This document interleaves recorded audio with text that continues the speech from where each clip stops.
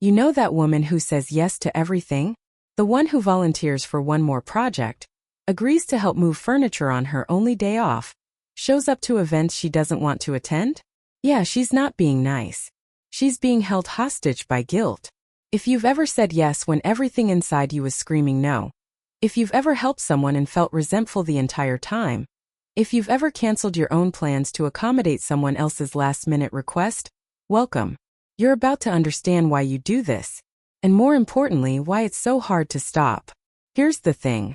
When most people can't say no, they think it's because they're kind, caring, helpful people.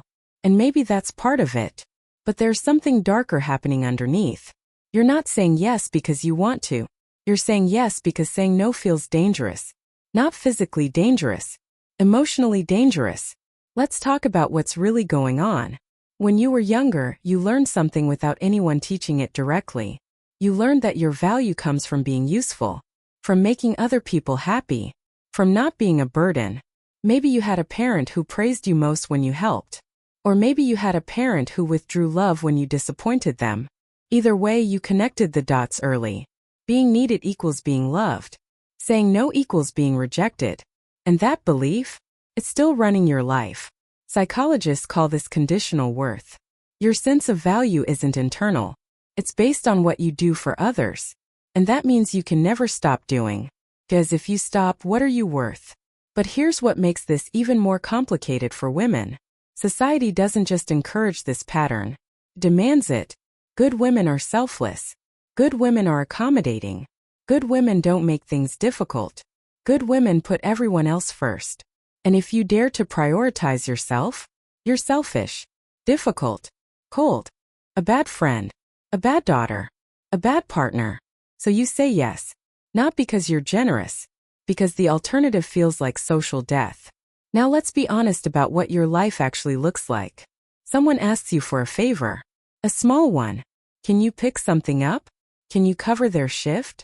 Can you help them move? And immediately, before you even think about your own schedule, your own energy, your own plans, you feel it. The guilt. It rises up like a wave. What if they get upset? What if they think I'm mean? What if they stop liking me? So you say yes, even though you're exhausted, even though you already have plans, even though you know you'll regret it. And the second you say yes, you feel it. The resentment. Because you didn't want to say yes. You were forced to. By guilt. By fear.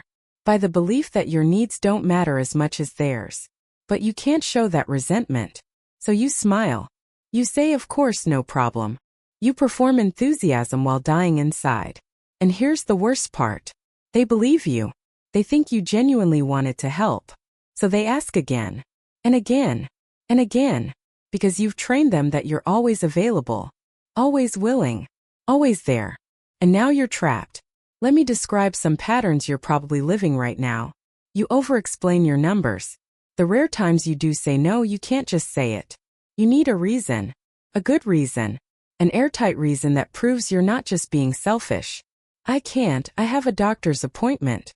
I can't, my car is in the shop. I can't, I'm out of town. You never say, I can't, I don't want to.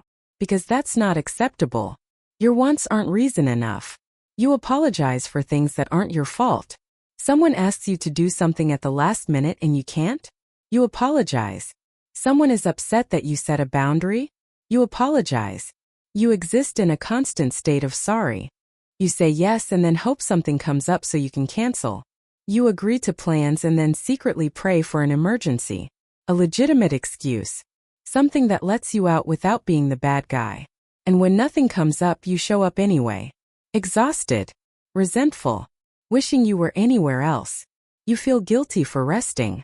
Even when you have time to yourself, you can't fully enjoy it. Because there's always someone you could be helping. Something you could be doing. Some way you're letting someone down by choosing yourself. You give advice you don't take. You tell your friends to set boundaries. To prioritize themselves. To say no without guilt.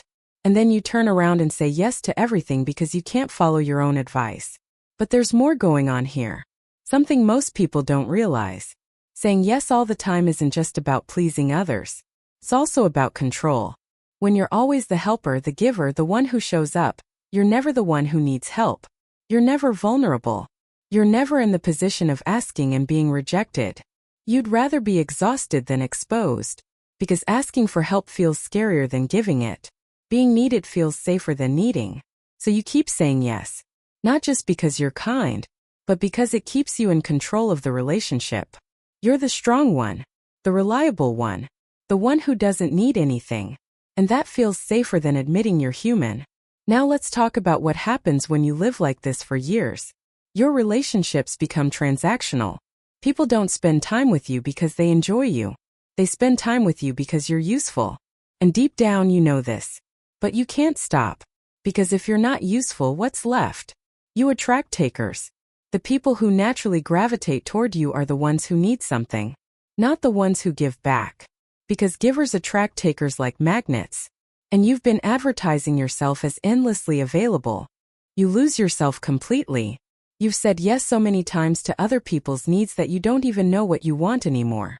Someone asks what you want to do and you freeze. Because you've spent so long prioritizing everyone else that you've become a stranger to yourself. You burn out and blame yourself. Eventually you hit a wall. You can't do it anymore. And instead of recognizing this as your body protecting you, you see it as failure. You think, I'm just not strong enough, not good enough, not capable enough. And the cycle continues. So what do you do with all this? Here's the hard truth. Saying no won't feel good at first. It won't feel empowering. It won't feel like freedom. It will feel terrifying. Because you're going against years of conditioning. Years of believing that your worth depends on your usefulness. Years of avoiding the thing you fear most. Rejection. But here's what you need to understand. The guilt you feel when you say no isn't proof that you're doing something wrong. It's proof that you're doing something different. And different always feels wrong at first. So start small. Not with the big terrifying no. With the small ones. Someone asks you to do something that's genuinely inconvenient. Don't over-explain. Don't apologize profusely. Just say, I can't this time. And then sit with the discomfort. Let the guilt come. Don't try to fix it. Don't rush to make them feel better. Just feel it. And notice that you survive it. Practice the phrase, let me check my schedule and get back to you. Stop saying yes immediately. Give yourself time to think. To check in with yourself. To ask, do I actually want to do this? Notice when you're saying yes out of fear versus genuine desire. There's a difference between I'd love to help, and if I don't help they'll be mad at me. Learn to tell the difference. Stop justifying your numbers. You don't need a reason. I'm not available is a complete sentence. You don't owe anyone an explanation for having boundaries. And here's the crucial part. Some people will be upset when you start saying no. The takers will push back. They'll guilt you. They'll tell you you've changed. That you're not the person you used to be. And they're right. You're not.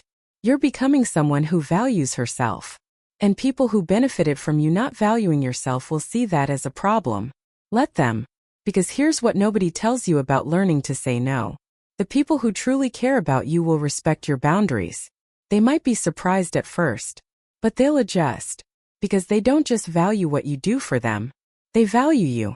And the people who get angry, who withdraw, who punish you for having limits, they were never in relationship with you. They were in relationship with what you could give them. And losing those connections isn't loss. It's liberation. If you're watching this and recognizing yourself in every single pattern I described, first, I see you. Your struggle is real. Your guilt is valid. And your exhaustion from living this way makes complete sense. Second, you're not weak for struggling with this. You're not broken for finding it hard to say no. You're responding exactly how you were trained to respond. And third, learning to say no isn't about becoming cold or selfish or mean. It's about recognizing that you matter too. That your time, your energy, your needs are just as important as everyone else's. You don't have to say yes to be loved. You don't have to be useful to be valuable. You don't have to earn the right to take up space. You already deserve it. So tell me, what's the hardest no you've been avoiding? What's the thing you know you should say no to but can't bring yourself to do it? And if you want to understand why you feel behind in life even though you're doing everything right, why you give everything and receive nothing back, why you can't stop overthinking every conversation, the next video is going to hit even harder. Click it. You'll finally understand.